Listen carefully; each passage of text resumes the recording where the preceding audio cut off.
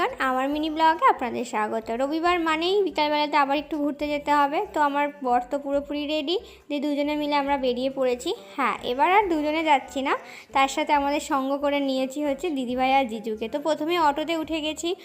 Ice cream খেতে খেতে আমরা চারজনে মিলে গল্প করতে করতে চললাম হচ্ছে মুভি দেখার উদ্দেশ্যে। মুভি মানেই এখন হচ্ছে চারিদিকে ধূমকেতু। ছোটোবেলা থেকে দেব শুভশ্রীর জুটি এবং তাদের গান শুনে শুনে আমরা বড় হয়েছি, তো তাদের একটা অনেক দিন পর মুভি রিলিজ হয়েছে, সেটা তো দেখতেই হবে। তো আমরা সবাই মিলে চলে গেছিলাম নবীনাতে। আমাদের 5টার সময় শো ছিল। গিয়ে দেখি মারাত্মক ভিড়, একটা লম্বা লাইনে প্রথমে দাঁড়ালাম, তারপর 5টার সময়তে আমরা ভেতরে ঢুকলাম। ভেতরে ঢুকেই দেখলাম চারিদিকে ধূমকেতুর এত সুন্দর সুন্দর পোস্টার লাগানো। সেগুলো দেখতে দেখতে আমরা একদম হলের ভেতরে ঢুকে পড়ি।